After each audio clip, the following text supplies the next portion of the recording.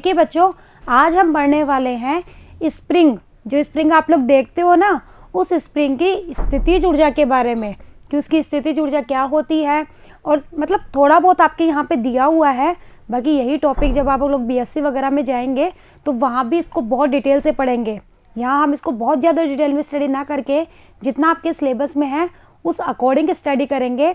बाकी फिर higher education में आप इसको और अच्छे से पढ़ेंगे। तो एक तो हम आज पढ़ने वाले हैं स्प्रिंग जो होता है उसकी स्थितिज ऊर्जा के बारे में, और दूसरा हम पढ़ने वाले हैं ऊर्जा के विभिन्न रूपों के बारे में कि हम ये तो कहते आ रहे हैं कि ऊर्जा जो होती है वो एक रूप से दूसरे रूप में परिवर्तित होती है, लेकिन किन किन रूप में परिवर्तित होती है उनकी शॉर्ट समरी दी हुई है आपके सिलेबस में, उनके बारे में हम स्टडी करेंगे। ओके, तो हेडिंग लगाइए स्प्रिंग की स्थितिज ऊर्जा, पोटेंशियल एनर्जी ऑफ स्प्रिंग। अब देखो, स्प्रिंग तो आप सब लोग जानते हो ना, ठीक है। आप जो पेन्स वगैरह में लगी हुई भी रहती है, ठीक है। तो जो स्प्रिंग की जो स्थिति जो ऊर्जा होती है, अब जो ये स्प्रिंग है ना, यह एक परिवर्ती संरक्षी बल का उदाहरण है। यानी कि जो स्प्रिंग के ऊपर जो फोर्स लगता है, स्प्रिंग फोर्स जिसे हम कहते हैं F(s), अभी हम देखेंगे ये कितना होता है। वो जो F(s) है ये है तो एक संरक्षी बल, लेकिन परिवर्तित संरक्षी बल है, ठीक है। तो एक तरह से ये संरक्षी बल का ही एग्जाम्पल है। अब देखो, मैंने यहाँ पे 3 डायग्राम बनाए हैं। 3 डायग्राम आपको नज़र आ रहे हैं।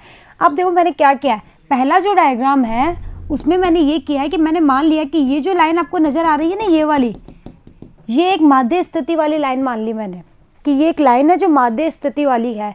अब मैंने एक स्प्रिंग ली है जिसके एक सिरे को तो बांध दिया है और दूसरे सिरे के ऊपर कोई एक अहम द्रव्यमान का गुटका है, ठीक है। एक सिरा है जो बिल्कुल नहीं हिल रहा है, वो सेम है, और दूसरे सिरे के ऊपर एक अहम द्रव्यमान का कोई भी पार्टिकल या फिर कोई गुटका है। तो शुरुआत में ये अपनी माध्य स्थिति पर है, ठीक है, कि स्प्रिंग जितना भी खींच रही है वो खींच चुकी और ये गुटका बिल्कुल रखा हुआ है। तो उस कंडीशन में x बराबर मैंने कितना माना है बच्चों, 0। अब माध्य स्थिति में यहाँ पर कोई भी स्प्रिंग फोर्स कार्य नहीं करेगा, यहाँ कोई बल नहीं लग रहा। स्प्रिंग फोर्स कार्य तब करेगा या तो आप स्प्रिंग को खींचोगे या फिर आप उसे कंप्रेस करोगे, ठीक है। या तो आप उसे खींचोगे या फिर आप उसको संपीड़ित करोगे, तभी आपका जो स्प्रिंग फोर्स होता है, स्प्रिंग फोर्स F(s), वो वर्क करता है, अदरवाइज ये फोर्स वर्क नहीं करेगा। तो माध्य स्थिति के ऊपर आपका स्प्रिंग फोर्स कितना होता है बच्चों, 0 होता है। ओके, अब मैंने क्या किया, दूसरे डायग्राम को देखिए, कुछ दिख रहा है क्या, कि मैंने स्प्रिंग को खींचा। जैसे ये स्प्रिंग है तो मैंने इसके जो गुटका वाला सिरा था उसको गुटके को पकड़ के खींचा तो क्या होगा, आपका x पॉजिटिव डायरेक्शन में बढ़ रहा है नहीं बढ़ रहा भाई। आप माध्य स्थिति ये है और इस तरफ खींच रहे हो तो इधर की डायरेक्शन को हम पॉजिटिव मान के चल रहे हैं, तो आपका x पॉजिटिव हो रहा है, तो x तो हो गया पॉजिटिव। अब आपने खींचा तो स्प्रिंग फोर्स जो इसके ऊपर लगेगा, स्प्रिंग की वजह से एक जो फोर्स लगेगा, जो हुक के नियम से हम निकालते हैं, वो क्या करेगा, इसको वापस अपनी माध्य स्थिति में लाएगा। तो बताओ, वो आप आगे की तरफ खींच रहे हो तो वो पीछे की तरफ काम करेगा ना, यानी कि वो इधर की तरफ लगेगा, ये एरो। इट मीन्स यहाँ पे ये आप लोग है ना, देखो ये फोर्स जो होता है आपको पता है कि एक वेक्टर क्वांटिटी होती है, तो यहाँ एरो मिसिंग है, आप सब जगह लगा लेना।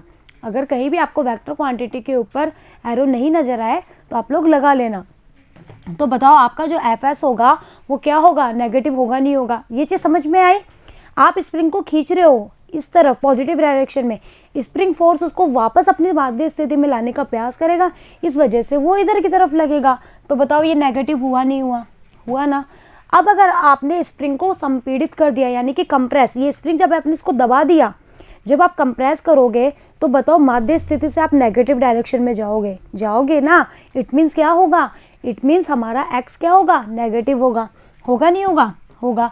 अब ये आपने इसको कंप्रेस किया है तो अब स्प्रिंग फोर्स क्या करेगा, इसको वापस माध्य स्थिति में लाएगा, यानी कि पॉजिटिव डायरेक्शन में लगेगा ना। आप तो कंप्रेस कर रहे हो, उसके विपरीत स्प्रिंग फोर्स इसको क्या करेगा, वापस इसकी माध्य स्थिति में लाएगा, इसलिए हमारा Fs क्या हो गया, पॉजिटिव। तो ये चीज़ समझ में आई। बहुत बार ऑब्जेक्टिव में पूछ ली जाती है कि अगर संपीड़न किया जाता है तो स्प्रिंग फोर्स क्या होता है, पॉजिटिव नेगेटिव जो भी होता है, तो आप बताना क्या होता है, पॉजिटिव। खींचा जाता है तो नेगेटिव, और विस्थापन जस्ट इनके उल्टे हो जाएंगे। ओके, चलिए, तो ये 3 डायग्राम है, ये समझ में आया। अब एक डायग्राम और है जो अभी हम समझेंगे कि ये डायग्राम कैसे बना। डायग्राम को बनाया गया है हमारा एक्स, जो भी हमारा विस्थापन हो रहा है वो, और जो हमारा स्प्रिंग फोर्स है उसके बीच का एक डायग्राम बनाया गया है। तो ये डायग्राम ऐसे मिला, और ये जो क्षेत्रफल आपको नज़र आ रहा है येलो येलो, इस क्षेत्रफल का मान है -kxm²/2, जहाँ xm है इस बिंदु के ऊपर इस पार्टिकल का विस्थापन। ओके, अब ये कैसे आया ये मैं बता देती हूँ थोड़ा सा। ये आपको एक ट्रायंगल नज़र आ रहा है, और आपको अच्छे से पता है कि त्रिभुज का क्षेत्रफल क्या होता है, 1/2 आधार गुणा ऊंचाई। तो 1/2 आधार कितना हो गया, आधार हो गया xm, और ऊंचाई क्या होगी, इसके ऊपर लगने वाला स्प्रिंग फोर्स, लेकिन ये नेगेटिव डायरेक्शन में लग रहा है इसलिए -kx, स्प्रिंग फोर्स इतना होता है। तो माइनस आ गया kxm, अब xm यहाँ पे भी xm लिख दीजिए, और /2, तो ये आ गया -kxm²/2। ठीक है, अब देखो स्प्रिंग के लिए जो बल दिया था, जो ये स्प्रिंग जो बल था ना, इसको हुक सर ने दिया था, एक हुक नाम के साइंटिस्ट थे, इसीलिए इसको हुक का नियम भी कहते हैं। और उन्होंने बताया था, आपको डायरेक्ट ये फॉर्मूला याद करना है, इसका डेरिवेशन आपके सिलेबस में नहीं है। उन्होंने बताया था कि स्प्रिंग के लिए जो बल था वह हुक का नियम कहलाता है, ये कहलाता है, इसको सही कर लेना, और वो होता है F(s) होता है -kx। ये फॉर्मूला आपको याद करना है। ओके, ये हुक का नियम है, तो बहुत बार हुक का नियम पूछ लिया जाता है, तो ये होता है हुक का नियम।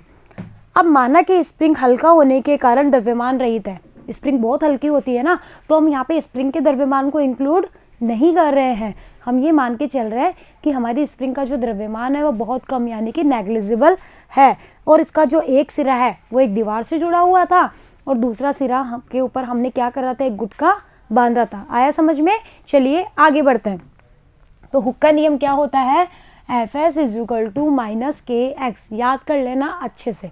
चलिए, जहाँ Fs क्या होता है, Fs होता है स्प्रिंग बल, F(s) है ना, तो इसे कहते हैं स्प्रिंग बल, और जो ये k होता है ना, ये k, ये होता है स्प्रिंग नियतांक। ओके, यह मतलब ये ऐसे था कि जो ये लगने वाला स्प्रिंग बल है ना, वो हमारा -x के प्रोपोर्शनल होता है, फिर यहीं से ये k कांस्टेंट आया था। ठीक है, जिस k कांस्टेंट को हमने क्या कह दिया, स्प्रिंग नियतांक, क्योंकि आपको अच्छे से पता है कि जब भी हम किसी भी प्रोपोर्शनल के साइन को हटाते हैं तो हमें कांस्टेंट यूज़ करना पड़ता है। यहाँ हमने k कांस्टेंट यूज़ किया, स्प्रिंग की बात कर रहे थे इसलिए स्प्रिंग कांस्टेंट कह दिया। चलिए अब बताओ k का मात्रक क्या होगा, इस फॉर्मूले से बताइए k का मात्रक आपसे पूछा जाए कि बताइए k की यूनिट क्या होगी, क्या होगी, बल की क्या होती है, न्यूटन। k की आपको निकालनी है, x क्या है, विस्थापन, होता क्या है, मीटर। तो बताओ कितना आ गया k का मात्रक आ गया न्यूटन पर मीटर, या न्यूटन मीटर इनवर्स।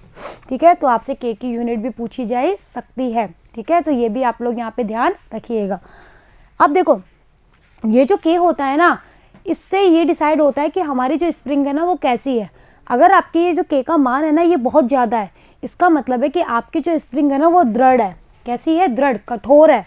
और अगर k का मान बहुत कम है, इसका मतलब आपकी जो स्प्रिंग है वो नरम। होता है ना कि बहुत बार ऐसी स्प्रिंग होती है कि इसको आप खींचना चाहते हो लेकिन खींच नहीं पाती है, इट मीन्स उसका स्प्रिंग कांस्टेंट बहुत ज़्यादा है। और बहुत बार स्प्रिंग होती है कि आपने फटाफट खींचा और वो फटाफट खींच गई, इट मीन्स उसका स्प्रिंग कांस्टेंट क्या है, बहुत कम है। तो बस k के मान से हम ये अंदाज़ा लगाते हैं कि हमारी जो स्प्रिंग है वो कैसी है। ओके, चलिए अब देखो यहाँ तक आपको समझ में आ गया, ये चीज़ आप लोग ध्यान भी रखिएगा। अब देखो हमारा जो चित्र है कौन सा वाला, हम ये वाला डायग्राम लेते हैं, ये तो माध्य स्थिति का है। अब हम पहले इस डायग्राम की बात करते हैं। इस डायग्राम में आपने क्या किया है, आपने स्प्रिंग को खींचा है ना, तो आपने स्प्रिंग को खींचा है, गुटके को बाहर की तरफ खींचा है, यानी कि जो गुटका लगा हुआ है स्प्रिंग से उसको पकड़ के आपने खींचा है। तो बताओ स्प्रिंग में जो खिंचाव है, अगर मान लो कि आपने उसको xm तक खींच लिया, भाई xm कोई दूरी है वहाँ तक आपने उसको खींचा, तो स्प्रिंग बल द्वारा किया गया कार्य कितना होगा, कार्य क्या होता है, F × x। ठीक है, और अगर हमें पूरे के लिए निकालना है तो इंटीग्रेशन लगाते हैं। आपने कहाँ से कहाँ तक खींचा, माध्य स्थिति से लेके xm तक, यहीं तक ही तो खींच लो भाई। ये आपकी माध्य स्थिति थी और आपने गुटके को मान लो ऐसे खींच दिया यहाँ तक, ये xm पे पहुँच गया, तो कहाँ से खींचा, माध्य स्थिति 0 से लेके xm तक खींचा। तो ws कितना आ गया, Fs × dx। अब Fs की वैल्यू पुट कर दीजिए, कितनी है, -kx, तो -kx × dx। माइनस साइन बाहर आ गया इंटीग्रेशन से। अब इसका इंटीग्रेशन कर दीजिए। अब देखो वही इंटीग्रेशन करना तो आपको आना ही चाहिए। मैंने आपको बताया कि जो भी कांस्टेंट होते हैं वो अवकलन समाकलन से बाहर निकाल दिए जाते हैं। तो k को तो निकाल दो बाहर, और अब बच गया मेरे पास में x dx। अब लगाइए हमारा फॉर्मूला। क्या होता है हमारा फॉर्मूला? x की घात n dx कितना होता है? x की घात n+1 अपॉन n+1। लगाओ, x की घात यहाँ पे 1 है ना, तो x की घात 1+1 कितना हो गया? x²। नीचे भी 1+1 2, और फिर लगाओ लिमिट 0 से xm। लिमिट कैसे लगाते हैं? Upper limit minus lower limit. पहले अपर लिमिट लगाओ, x की जगह xm पुट करोगे तो xm²/2, फिर 0 पुट करोगे x की जगह तो -0। तो बताओ ये कितना आएगा? माइनस साइन तो ऑलरेडी था, k xm²/2। तो किया गया कार्य कितना होता है? स्प्रिंग बल के द्वारा किया गया कार्य होता है -k xm²/2। और बिल्कुल यही चीज़ यहाँ इस डायग्राम में भी थी कि इसका जो क्षेत्रफल था वो इतना था। ठीक है, चलिए अब आते हैं, हम आगे बढ़ते हैं। अब देखो बिल्कुल यही कार्य संपीड़न में भी होगा। जो कार्य हमने खींचने में किया ना, वही कार्य क्या होगा? संपीड़न में होगा। अब देखो पहले एक चीज़ हो, ये तो था स्प्रिंग बल के द्वारा किया गया कार्य, लेकिन एक हम भी तो खींच रहे हैं ना। कोई जो बाह्य कारक है वो जो स्प्रिंग को खींच रहा है, वो कार्य क्या होगा? होगा तो इतना ही बस पॉजिटिव हो जाएगा। ये नेगेटिव है तो वो क्या हो जाएगा? पॉजिटिव। तो किसी बाह्य कारक के, तो बाह्य खिंचाव बल द्वारा किया गया कार्य, इसको WS मत लिखिए, इसको केवल W लिखिए। कोई जो बाह्य खिंचाव जो कर रहा है, चाहे वो आप हो चाहे वो मैं हूँ, वो जो कर रहा है वो क्या होगा? बस ये नेगेटिव है तो वो क्या होगा? पॉजिटिव। परिमाण उतना ही रहेगा, सिर्फ मतलब दिशा नहीं, कार्य की कोई दिशा नहीं होती है, सिर्फ बल परिवर्तित हो गया। बल की तो होती है कि उसका जो बल है वो इधर लग रहा है, तो स्प्रिंग बल इधर लग रहा है। ठीक है, इस वजह से ये W क्या हो जाएगा? पॉजिटिव। तो k xm²/2। और बिल्कुल यही काम हमारा क्या होगा? संपीड़न में भी होगा। संपीड़न में हमारा कोई भी जो माध्य स्थिति होगी वो हम क्या कर रहे हैं? कंप्रेस, घटा रहे हैं, तो माध्य स्थिति से इधर यानी कि नेगेटिव हो जाएगी। उसको मैंने x ही कह दिया। तो हमें इस तरह से दो कार्य प्राप्त हो जाएंगे, एक स्प्रिंग के द्वारा और एक बाह्य कारक के द्वारा। इतना समझ में आया? चलिए अब हमें कार्य भी मिल गया, और हमें ये भी पता है कि हमारा जो स्प्रिंग फोर्स होता है वो -kx होता है, जो हुक सर ने दिया था हुक के नियम से। अब गुटके को इसके आरंभिक विस्थापन, अब हम इसे मान रहे हैं कि हमारा जो ये गुटका लगा हुआ था ना स्प्रिंग में, इस गुटके को इसके आरंभिक विस्थापन, पहले ये xi पे था, अब इसको xf तक ले गए हम, तक विस्थापित किया। तो स्प्रिंग बल द्वारा किया गया कार्य कितना होगा? W होगा। अब की बार लिमिट पहले 0 से था, अब xi से है, तो xi से xf माइनस kx dx। अब की बार कितना हो जाएगा? भाई दूसरी वाली टर्म पहले 0 हो रही थी ना, ये देखिए ये दूसरी टर्म 0 हो रही थी, अब की बार ये लिमिट क्या है? xi, ये क्या है? xf। तो बस बिल्कुल यही काम करना है। तो आपके पास कितना आ जाएगा? k xi²/2 minus k xf²/2। ये माइनस है जिसकी वजह से ये टर्म पीछे चली गई और ये टर्म आगे आ गई। आप करना खुद से इसको सॉल्व, इंटीग्रेशन बहुत इजी है, मैं बता भी चुकी हूँ। ओके बच्चों, चलिए आगे बढ़ते हैं। ये आ गया इस कंडीशन के लिए। यदि गुटके को, अब अगर वो एक कंडीशन क्या कह रहा है कि अगर जो आपका गुटका है ना उसको xi से खींचा और वापस xi तक ले आए, तो बताओ कितना काम होगा? मतलब आपने xi तक खींचा है इसको, ठीक है, xi तक खींचा और फिर वापस ही इसको xi स्थिति में आने दे, तो बताओ उस कंडीशन में हमारी अपर लिमिट और लोअर लिमिट क्या हो गई? बराबर हो गई, होएगी ना भाई। अपर लिमिट भी xi हो गई, लोअर लिमिट भी xi हो गई, तो बताओ हमारा W 0 आएगा नहीं आएगा? आएगा ना। तो उस कंडीशन में हमारा जो स्प्रिंग बल है वो कोई भी काम नहीं करेगा। अगर आप गुटके को स्थिति xi से खींचा गया हो और वापस उसको xi स्थिति में ही आप आने दे रहे हो, तो उस कंडीशन में हमारा जो W होता है वो कितना होता है? 0। स्प्रिंग बल द्वारा किया गया कार्य 0 होता है। चलिए, अतः हम कह सकते हैं कि जो स्प्रिंग बल है केवल सिरे के बिंदुओं पर निर्भर करता है। बताओ कर रहा है नहीं कर रहा? ये xi और xf पर निर्भर कर रहा है नहीं कर रहा? कर रहा है ना। हमारा जो स्प्रिंग बल है वो केवल और केवल प्रारंभिक स्थिति और अंतिम स्थिति यानी कि सिरे के जो बिंदु हैं केवल उन्हीं के ऊपर निर्भर कर रहा है।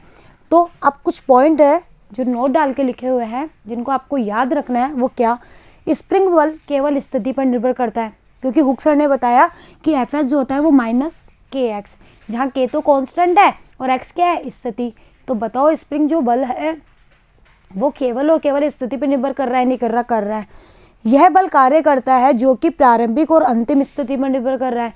ये भी हमने देखा कि यह जो बल है केवल प्रारंभिक और अंतिम स्थिति पर निर्भर करता है। तो बताओ ये संरक्षी हुआ नहीं हुआ?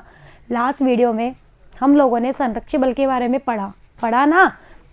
वहाँ आपने बताया था कि हमारा जो संरक्षी बल होता है वो प्रारंभिक और अंतिम स्थिति पर निर्भर करता है। यहाँ हमने देखा कि स्प्रिंग जो बल है वो भी प्रारंभिक और अंतिम पर निर्भर कर रहा है। इट मीन्स यह भी एक तरह से संरक्षी बल हुआ। तो मैंने शुरू में कहा था ना कि यह एक परिवर्ती संरक्षी बल का उदाहरण है। तो बताओ ये संरक्षी बल है या नहीं है ना? चलिए अब हम कुछ लेते हैं इसके कुछ केस। पहला केस हमारा क्या है वो सुनिए। अगर हमारा जो गुटका है वो साम्य अवस्था में है, मतलब हमारा गुटका साम्य अवस्था में रखा हुआ है, तो उसका माध्य स्थिति से विस्थापन क्या होगा? 0। बताया था ना अभी जो पहला डायग्राम था जहां हमने माध्य स्थिति से विस्थापन क्या माना? 0। तो बताओ इस कंडीशन में विस्थापन 0 है, यानी कि ये स्थिर है। तो बताओ इसकी स्थितिज ऊर्जा कितनी होगी? तो आपको ये फॉर्मूला याद रखना है। इसकी स्थितिज ऊर्जा होती है V ऑफ x, हाफ के एक्स स्क्वायर। कितनी होती है? हाफ के एक्स स्क्वायर। अब आप सोच रहे होंगे ये कैसे आया? चलिए मैं थोड़ा बता देती हूँ कि आया कैसे, बाकी आपको ये फॉर्मूला याद रखना है। देखो हम जानते हैं कि संरक्षी जो बल होता है उसके लिए हमने लिखा था लास्ट वीडियो में कि Fx होता है minus del V over del X. बताया था ना मैंने, जहाँ V पोटेंशियल एनर्जी थी और F हमारा संरक्षी बल था।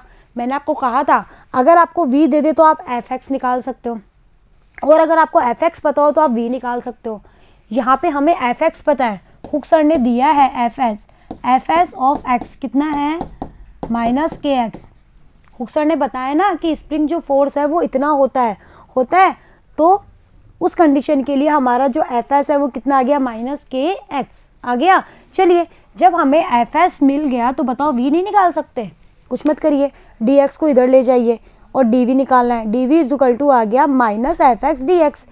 अब fx की जगह वैल्यू पुट कर दो minus K x dx, minus minus हो गया प्लस, और आपके पास में आ गया के एक्स dx, यानी कि यहाँ से dv बराबर आ गया के x dx।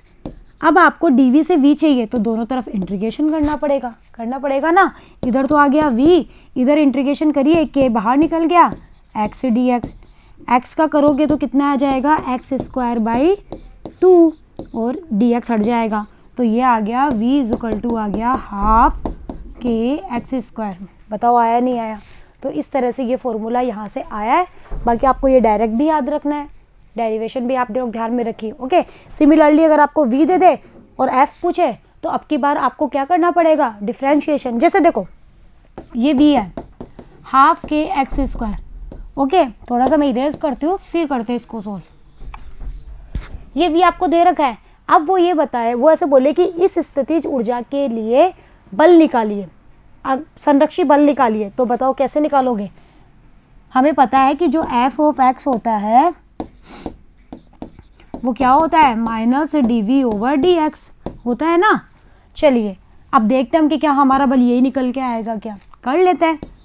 f of x आ गया minus d over dx, v की जगह वैल्यू पुट कर दो, कितनी है?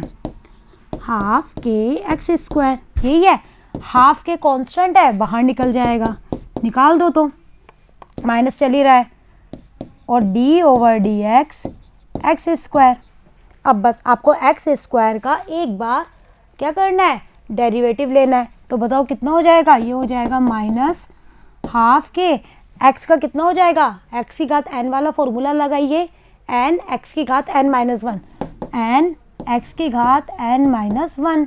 तो ये कितना आ गया? माइनस हाफ, सॉरी हाफ से हाफ तो कट गया तो ये तो नहीं आएगा k, और ये कितना आ गया? x, 2 माइनस 1 1, x की घात बताओ fs is equal to minus K X. आया नहीं आया? तो इस तरह से आप लोग, अगर आपको एग्जाम में कभी भी v दे दिया जाए और f पूछा जाए संरक्षी बल, तो आप तुरंत निकाल सकते हो उसका डेरिवेटिव करके। और अगर f दे दे और v पूछे तो आप लोग उसका इंटीग्रेशन कर देना। ओके, मैंने आपको दोनों ही चीज़ यहाँ समझाई है, ठीक है। बाकी एग्जाम में क्वेश्चन कैसा भी आ सकता है, कोई जरूरी यही बल दे, कैसा भी दे देगा वो, तो बस आपको इंटीग्रेशन डिफ्रेंशिएशन आना चाहिए। अगर वो नहीं आएगा, उसके फॉर्मूले याद नहीं होंगे, तो आप गलत कर दोगे, ईजी क्वेश्चन होते हुए भी गलत कर दोगे। चलो अब हम इसको इरेज करते हैं, आते हैं हमारे टॉपिक पे। तो हमारा Vx कितना होता है? हाफ के एक्स स्क्वायर। अब देखो, यदि गुटके को, आपका जो गुटका है, यदि आपने उसको एक्सएम तक खींचा जाता है और फिर विरामावस्था से छोड़ा जाता है, ठीक है, तो यांत्रिक ऊर्जा संरक्षण नियम क्या कहता है?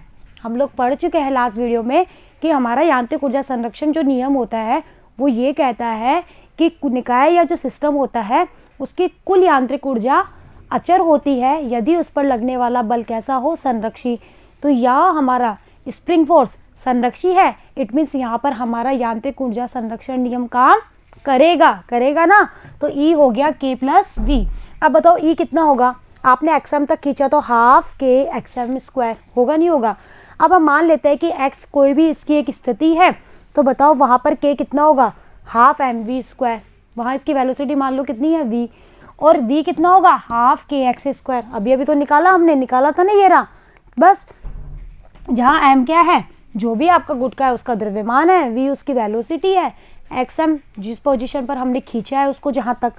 साम्य अवस्था पर गुटके की जो चाल है, अब मान लो कि जो साम्य अवस्था थी, साम्य अवस्था क्या? जब गुटका x बराबर 0 पर था, यही तो साम्य अवस्था थी। उस पर गुटके की जो चाल है वो कितनी है? vm।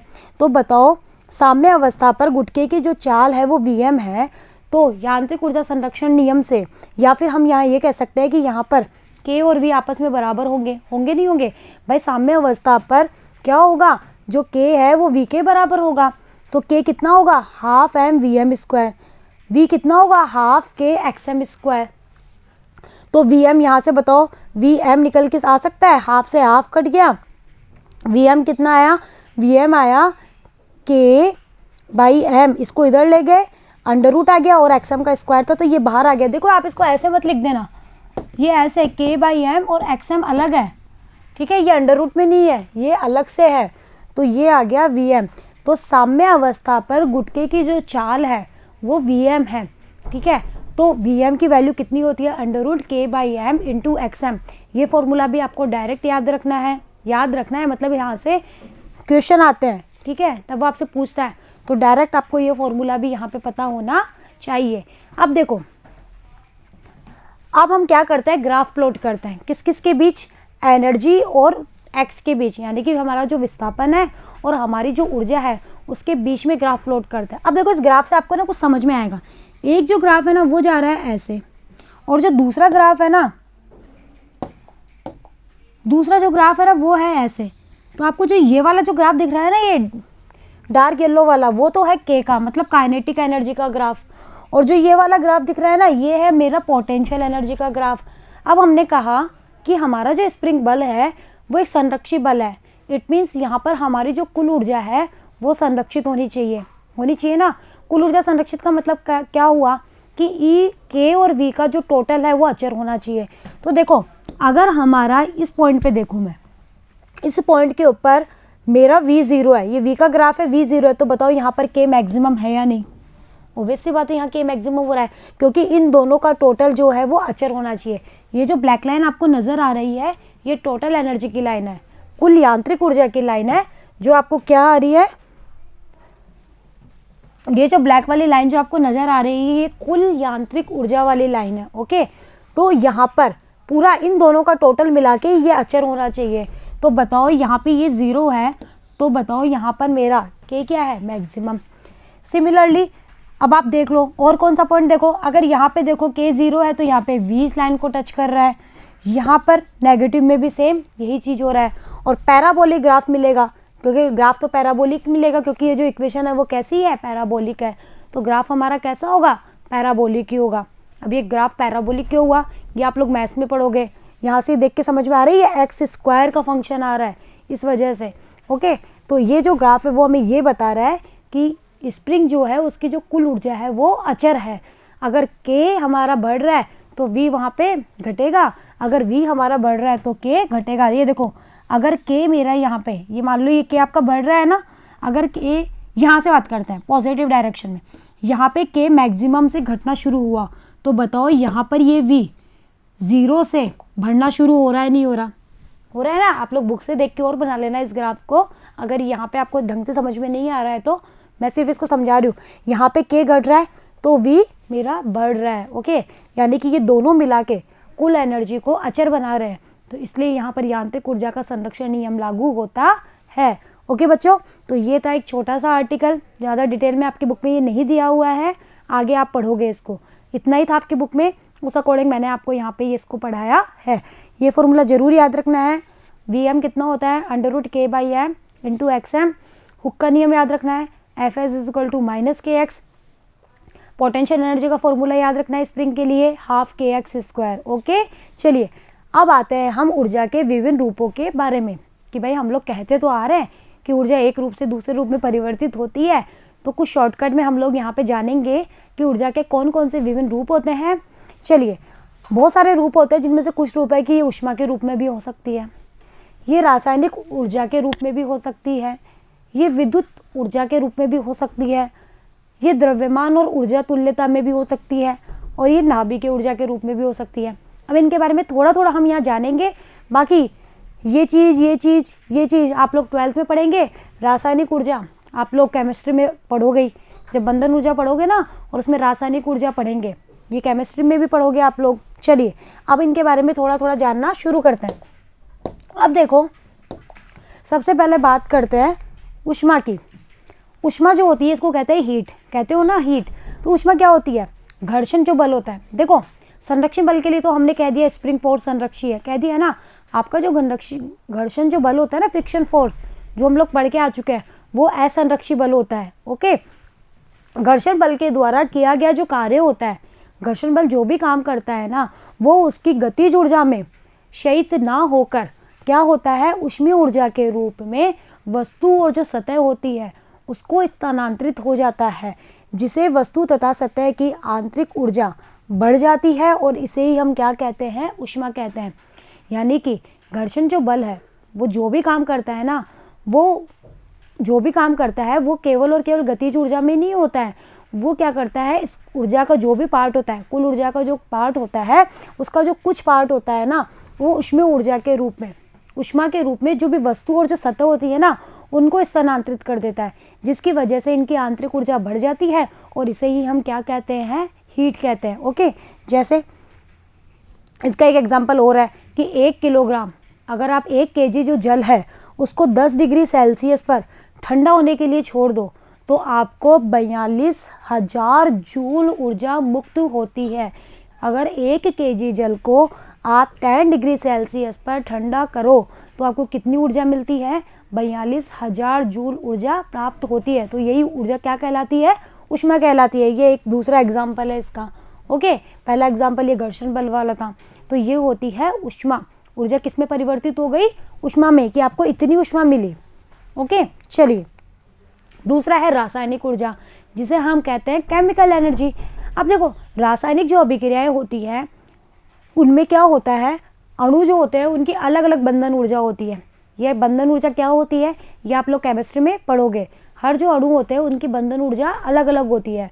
अब देखो, कुछ यदि अभिकारक, आप रासायनिक अभिक्रिया में एक तो लेते हो अभिकारक, और एक मिलते हैं आपको उत्पाद, होते हैं ना, क्रिया करने वाले अभिकारक होते हैं, और जो हमें फाइनल प्राप्त होता है वो क्या होता है, उत्पाद।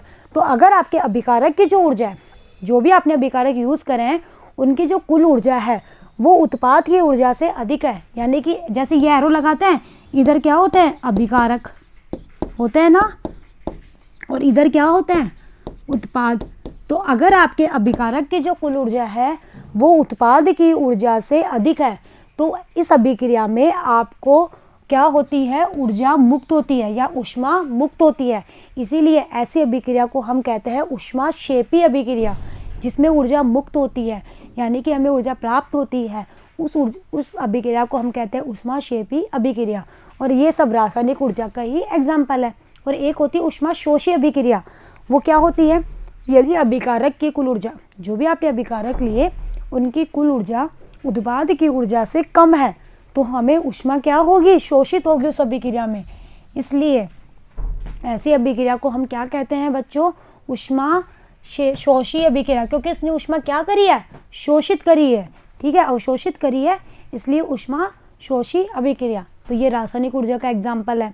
ठीक है, केमिस्ट्री में इसके बहुत सारे एग्जाम्पल आपको देखने को मिल जाएंगे जब आप लोग पढ़ोगे ऊष्माक्षेपी और ऊष्माशोषी के बारे में, तो वहाँ से 1-2 एग्जाम्पल आप लाके यहाँ भी रख सकते हो। ओके, चलिए रासायनिक जो ऊर्जा होती है उन बलों से संबंधित होती है जो पदार्थ को स्थायित्व प्रदान करते हैं।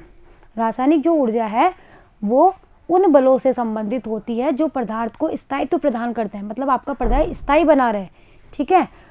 जैसे कुकिंग गैस, कोयला, पेट्रोलियम आदि के दहन से आपको बहुत सारी रासायनिक ऊर्जाएं मिलती है ना, तो वो सारी की सारी रासायनिक ऊर्जा का एग्जाम्पल है। नेक्स्ट पढ़ता है विद्युत ऊर्जा। ये तो आप लोग देखते ही आ रहे हो, क्या विद्युत धारा के प्रवाह के कारण जो ऊर्जा उत्पन्न होती है उसे ही हम क्या कहते हैं, विद्युत ऊर्जा। जैसे आपकी लाइट जल रही है, पंखा चल रहा है, तो इनमें धारा के प्रवाह के कारण जो भी ऊर्जा मुक्त हो रही है वो ऊर्जा क्या कहलाती है, विद्युत ऊर्जा, इलेक्ट्रिक एनर्जी। नेक्स्ट द्रव्यमान ऊर्जा तुल्यता, ये दिया था आइंस्टाइन सर ने, बहुत इंपॉर्टेंट है, ठीक है। आइंस्टाइन सर ने दिया था ये। उन्होंने क्या बताया था, उन्होंने ये कहा था कि जो एनर्जी होती है वो होती है E=mc², यानी कि द्रव्यमान और जो ऊर्जा है वो एक दूसरे के तुल्य होता है, यानी कि द्रव्यमान ऊर्जा में कन्वर्ट होता है और ऊर्जा द्रव्यमान में कन्वर्ट होती है। ये आइंस्टाइन सर ने बताया था कि आइंस्टाइन द्वारा द्रव्यमान व ऊर्जा के मध्य ये संबंध बताया गया, जिसके अनुसार द्रव्यमान ऊर्जा में परिवर्तित होता है और ऊर्जा द्रव्यमान में। ओके, देखो अगर मैं m बराबर 1 kg ले लूँ, मान लीजिए कि m बराबर कितना है, 1 kg। c आपको पता है यहाँ पे ये c क्या होता है, ये c होती है लाइट वेलोसिटी, प्रकाश का वेग। ये भी एक स्टैंडर्ड वैल्यू है जो आप लोगों को याद रखनी है, कितनी होती है, 3 × 10⁸ मीटर पर सेकेंड। ओके, तो यहाँ पे जब आप ये पूरी वैल्यू रखेंगे तो आपको E मिलती है इतनी, 9 × 10⁻16 जूल, यानी कि 1 kg का अगर द्रव्यमान आपका लाइट की वेलोसिटी से चल रहा है, ठीक है, तो लाइट वेलोसिटी के वर्ग से चल रहा है, तो आपको इतनी ऊर्जा मिलती है 9 × 10⁻16 जूल। ये आइंस्टाइन सर ने बताया था, अर्थात द्रव्यमान और जो ऊर्जा है वो एक दूसरे के क्या होते हैं, तुल्य होते हैं। ओके, बाकी ये सब आप लोग 12th में पढ़ेंगे, ये 12th में है आपके, वहाँ पे आप पढ़ेंगे। ये भी 12th में नाभिकीय अभिक्रियाएं, 12th में इसका काफ़ी एक अच्छा पोर्शन दिया हुआ है, एक यूनिट है इसके ऊपर जिसमें आप लोग पढ़ेंगे नाभिकीय ऊर्जा क्या होती है। नाभिकीय जो अभिक्रियाएं हैं उनमें नाभिकों के संलयन या विखंडन, संलयन का मतलब क्या होता है, जुड़ना, दो नाभिक जुड़ के एक बड़ा नाभिक बना रहे हैं, और विखंडन का मतलब क्या होता है, टूटना, यानी कि एक नाभिक 2 या 2 से अधिक नाभिकों में टूट गया, तो उसमें भी हमें जो ऊर्जा प्राप्त होती है उन्हें ही हम कहते हैं नाभिकीय ऊर्जा। ओके, ये आप लोग 12th में अच्छे से, बहुत अच्छे से दिया हुआ है, वहाँ आप लोग पढ़ेंगे जब यूरेनियम के बारे में हम स्टडी करेंगे। रासायनिक अभिक्रियाओं में होने वाली द्रव्यमान क्षति, रासायनिक जो अभिक्रिया होती है उनमें जो द्रव्यमान की जो क्षति होती है, मतलब रासायनिक जब अभिक्रियाएं होती है तो द्रव्यमान की क्षति होती है। तो मान लीजिए वो द्रव्यमान की क्षति डेल्टा m है, नाभिकीय अभिक्रियाओं में होने वाली द्रव्यमान की क्षति से काफ़ी कम होती है, यानी कि रासायनिक अभिक्रियाओं में हमें द्रव्यमान क्षति कम मिलती है, जबकि नाभिकीय जो अभिक्रिया है ना, इनमें द्रव्यमान में क्षति बहुत ज़्यादा होती है, ठीक है, द्रव्यमान में आपको बहुत ज़्यादा क्षति प्राप्त होती है। ओके, अब देखो ऊर्जा संरक्षण पे आता है। ये तो हमने ऊर्जा के अलग अलग रूप पढ़ लिए, हमने यहाँ पे सिर्फ इनको शॉर्ट में पढ़ा है, ठीक है, आपको सिर्फ इनके बारे में थोड़ा सा पता होना चाहिए था, बाकी डिटेल में तो आप लोग क्लास वाइज क्लास इनको पढ़ेंगे। अब आते हैं ऊर्जा संरक्षण नियम पे। ये तो मैं आपको वैसे पहले भी बता चुकी हूँ। क्या होता है ऊर्जा संरक्षण नियम, कि ऊर्जा को ना तो आप उत्पन्न कर सकते हो, ना ही आप उसको नष्ट कर सकते हो, आप उसे क्या कर सकते हो, एक रूप से दूसरे रूप में परिवर्तित कर सकते हो। जैसे करा ना हमने, द्रव्यमान ऊर्जा में बदल गया, ऊर्जा द्रव्यमान में, रासायनिक अभिक्रियाओं में परिवर्तन हो गया, रासायनिक अभिक्रियाओं में देखा, विद्युत धारा में हमें ऊर्जा प्राप्त हुई, वो विद्युत ऊर्जा हो गई।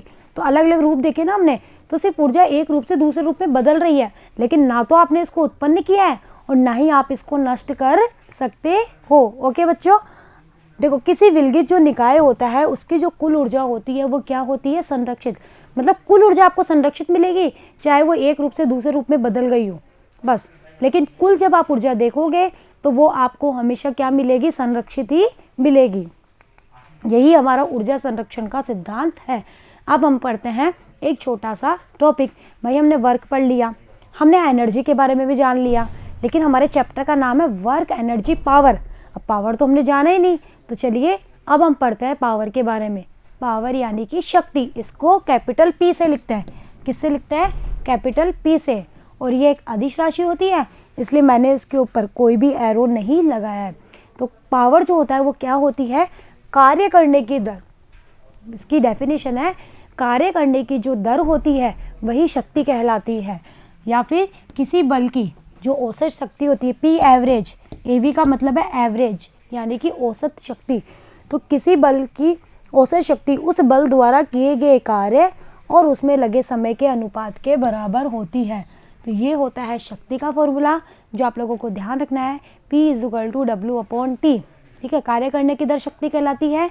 या एवरेज शक्ति की बात पूछी जाए तो क्या कह सकते हो, बल द्वारा किया गया कार्य और उसमें लगे समय का जो अनुपात है वही हमारी क्या कहलाती है, औसत शक्ति कहलाती है। अब देखो, अब मैंने क्या कर दिया, इसकी लिमिट ले ली, t टेंड्स टू 0 दोनों तरफ, तो ये बदल गई p में और ये आ गया dW/dt। ठीक है, p है मेरी तात्क्षणिक शक्ति, भाई t टेंड्स टू 0 लिया ना किसी तात्क्षणिक क्षण के ऊपर, तो p आ गया तात्क्षणिक शक्ति। तो तात्क्षणिक जो शक्ति होती है वो क्या होती है, dW/dt। ओके, अब dW जो होता है वो F.dr होता है, ये तो हम बहुत बार पढ़ चुके हैं ना। dW क्या होता है, F.dr। dr क्या है, विस्थापन। तो p क्या हो गया, p हो गया F.dr/dt। भाई यहाँ W की वैल्यू पुट कर दो ये, तो F तो इधर आ गया, dr/dt। तो p हो गया, बताओ dr/dt क्या है, कुछ याद आ रहा है, dr/dt होता है विस्थापन में परिवर्तन की दर। और हम जानते हैं विस्थापन में परिवर्तन की दर क्या कहलाता है, वेग। तो ये हो गया वेग, तो p आ गया मेरा F.v, इनका अदिश गुणनफल है। बल और वेग का अदिश गुणनफल भी शक्ति कहलाता है।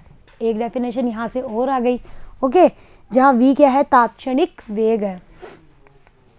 अब देखो, शक्ति जो होती है वो एक अदिश राशि होती है। क्यों, क्योंकि हमें ये F.v से मिली। अगर यहाँ से देखें तो डॉट प्रोडक्ट से प्राप्त राशि क्या होती है, अदिश।